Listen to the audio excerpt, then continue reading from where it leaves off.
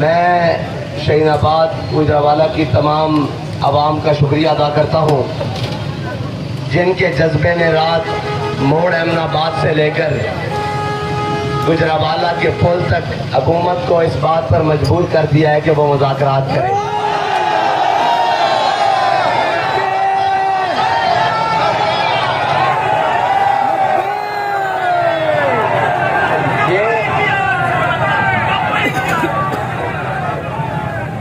یہ تو تحریک لبیک کی مجلس شورا اور قیادت فیصلہ کرے گی کہ کس وقت اور کس کے ساتھ ملاقات کریں. الحمدللہ قوم تو اسلام آباد نہیں اب کشمیر جانے کے لیے بھی تیار ہے. قوم پنڈی نہیں فلسطین جانے کے لیے بھی تیار ہے. یہ تو انشاءاللہ ہمارے قائدین سب مل کر مشاورت ہوگی کہ کس سے بات کرنی ہے اور کس طرح کرنی ہے اور کیا کرنی ہے.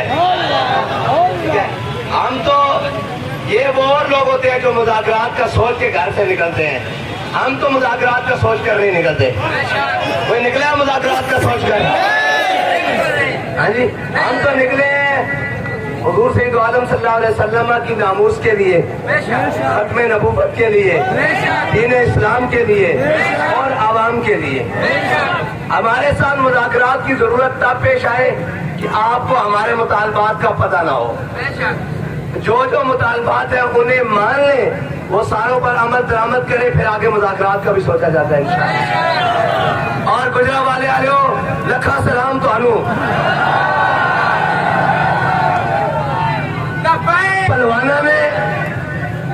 پلوانا میں لوہارا دے تختے لا دیتے ہیں.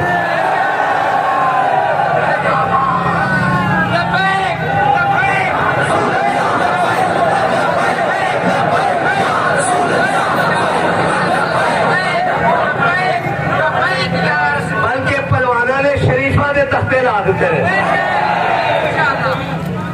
اور انشاءاللہ حضور سید عالم صلی اللہ علیہ وسلم کے دین کے لیے, اسلام کی سربلندی کے لیے, پاکستان کی عوام کی فلاح و بہبود کے لیے انشاءاللہ تحریک لبیک پاکستان میدان میں تھی, ہے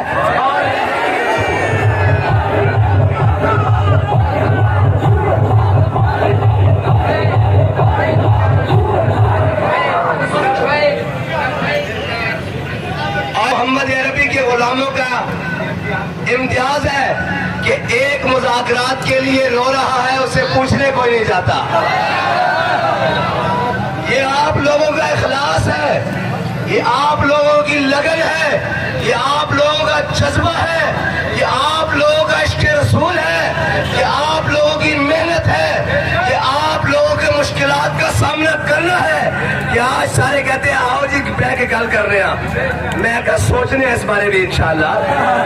اسی کدو انکاری ہے گل کرن دے, سانو اپنی گل تو کر لین دو, پھر تہاڈی سن لینے. تسی تیار ہو؟ تیار ہو بھائی, تیار ہو؟ نہیں لگتا تو نہیں. ہاتھ چوک کے ذرا سارے ہاتھ چوک کے, پسانے بھی ہاتھ چوک کے, سارے